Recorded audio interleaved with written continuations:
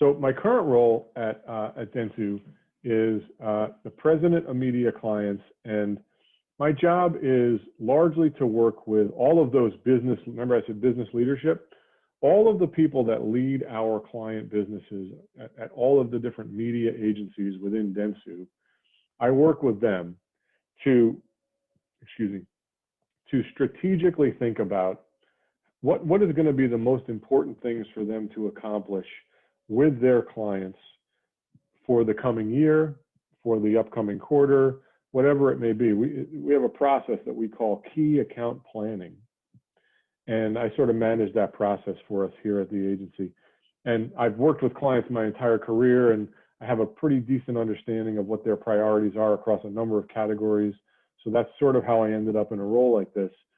And if you think about me, my role is to drive for our company, for Dentsu, client satisfaction, and make sure that all of our client leaders have access to the best possible resources inside of our company, that they're thinking about the relationship with our clients as strategically as possible, our clients being advertisers and marketers, and that they are doing everything they possibly can to add value to that client's business thinking, to the strategy that that client is taking as they move their brand forward, and that we're constantly seen as a strategic asset to them. Because what can sometimes happen with any kind of business relationship is the business relationship can take on a rhythm of day-to-day operation where everybody kind of knows their role and everybody kind of knows their job, and they get very lulled into delivering what's necessary for the day-to-day, and sometimes forget to step back and think for a second, hey, what were the big three things that this company or this CEO or this CMO wanted to accomplish this year?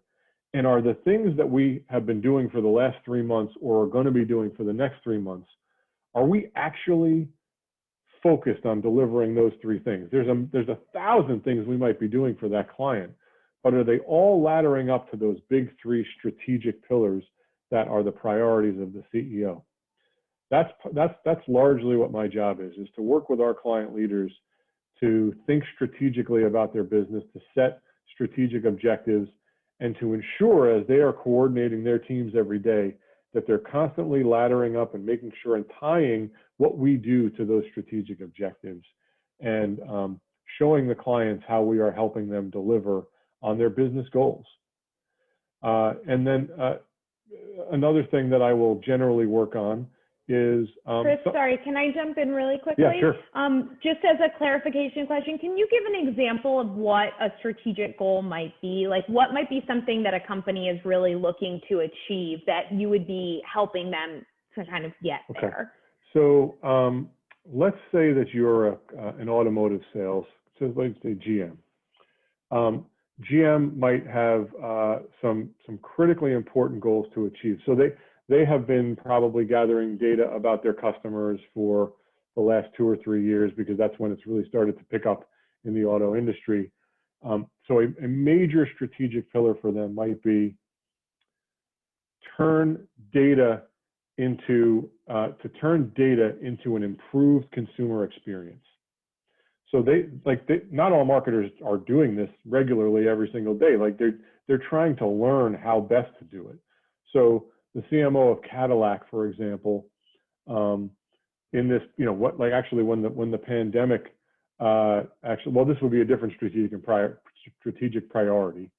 But when the pandemic hit, a critically important thing was, how can we replicate the in-store experience or the experience inside of a dealership for somebody gets the opportunity to touch and feel and explore a car without anybody walking into a dealership, right? So that became a huge priority for her. That was a massive priority. So I started with the customer data. With the customer data thing, we did help them achieve that. And for the most part, the Cadillac as a marketer is now advertising to people on a far more personalized basis.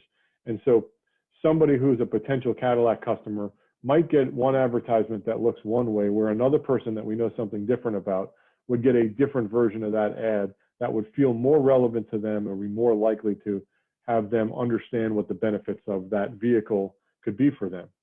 But the experience itself and how they experience the brand when they're trying to buy or doing their search, that's a really big part of the experience too, which is not just the advertising.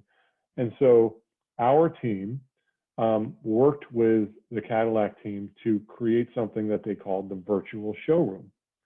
And they launched it in Canada first, and then they eventually launched it in the US, and it's been a huge success for them. They have built out an operation where they built a studio where they have like car concierges. It's usually staffed with 5 or 10 or 20 people who are literally there for when they get an incoming request from somebody on a website on their laptop computer or on their tablet or on their mobile phone who says, I would like to do a tour of this Cadillac vehicle. So they will be hooked up directly with a human being who's in that studio on the floor, and they will literally do a live tour of the car, sitting in the car, speaking to those people who are viewing it.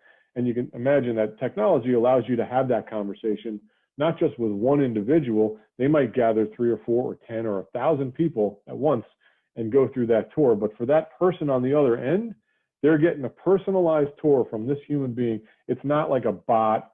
It's not an automated voice system. This is a human being doing a live tour right now, right here for you. And that has turned out to be an incredibly positive thing and will probably transform the way that GM thinks about showrooms for the rest of their existence. And, just anybody wants to Google and search, Cadillac virtual showroom, you will see what I'm talking about. It's very, very exciting stuff. So that would be helping a client achieve. That's a thing we did. We helped them build the showroom and set up the technology to allow for those virtual tours by thousands of people at any given time. That is doing something to achieve the strategic objective of how do I replicate the in-store experience through technology when they can't actually be in the store.